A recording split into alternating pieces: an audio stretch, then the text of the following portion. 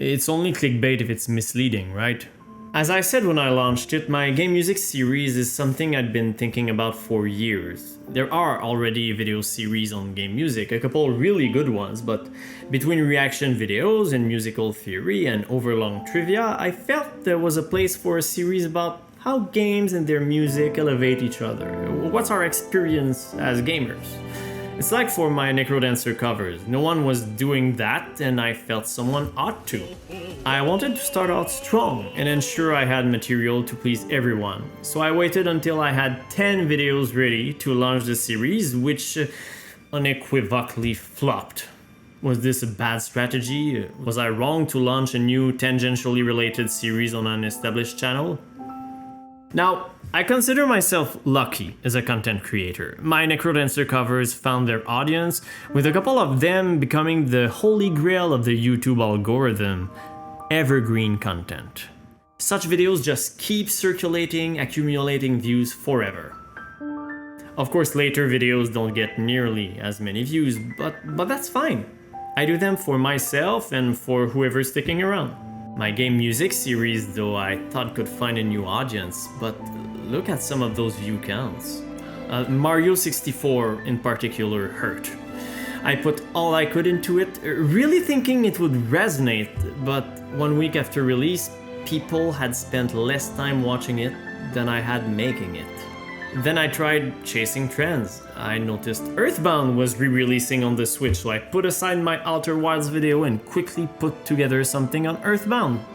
I say quickly put, but not that I botched it. I'm really proud of it, but it didn't catch on either. Then Majora's Mask was re-releasing on Switch, so I scrambled out a video on it. A good one too, but it failed too. I was disheartened and frankly not pleased with myself, as I had been chasing views instead of talking about whatever I feel like. So I finished my Outer Wilds video and it crossed 1,000 views within 2 days, which is on par with my lesser viewed Shopkeeper covers, and made it my most viewed video in the game music series. But still, it wasn't a lot, so I gave up. And I started writing this script, simply titled Post-mortem. Now, YouTube series fail every day, and you don't hear about them, obviously. This case is special because my first series succeeded well enough for me to have an audience to tell about the failed one. So I figured I'd give you a look behind the scenes. However, you might guess, if only from the views, that the story doesn't stop there. 2 months after my last video, something happened. My 6th game music video started getting views. To this day, I don't know why. It reached 1,000. 3 days later, 2,000.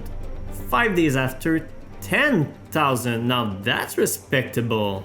It recently reached 30,000, passing my Gerudo Valley cover. My top 10 is still safe, but the series I had silently abandoned had just proved its worth, so I didn't know what to think anymore. Skip forward 2 months, and as one does, I was looking for Xenoblade Chronicle 3 music leaks.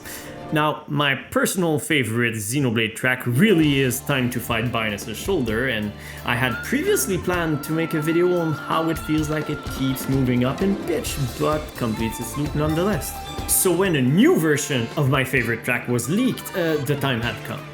I wouldn't even be chasing views, I just really felt like making a video, but what video? Well, everything. I would analyze the track as I had originally planned, and would also react to the new version, which I sent to my brothers so that they ensured it was in working order. And since it's unexpected as a favorite Xenoblade track, I defended my taste with a top 10. And it worked. Immediately. It was the right video at the right time. And since I was listening to the rest of the soundtrack anyway, I figured I would now make a top 10 video on it. Problem is, 10 tracks? You leave way too much out? So I cheekily made a poll about it, and I should have guessed. I hate you all. No, actually, I love you. Well, let me tell you what the problem is with the top 50. It makes for a stupidly long video. There is way too much ground to cover. But it perfectly represents what my game music series is about, so I'm doing it this once. I can't afford to spend this much time on this channel in general, though. We'll see how it goes, but yeah, for now, let's consider this series not dead. For sure, any future video will be much shorter. Oh, just to quickly address my other content, Skyrim I believe I bounced off of, as the open world and RPG genres are not as appealing to me as when I was a teen. Actually, my last open world RPG was Xenoblade 1 on release. As for shopkeeper covers, I still love doing these, they're all coming. Well, if you want to see the super long Xenoblade 3 video, here it is. Oh my, that long! And there's no filler in there? You can go, this video is over, let me...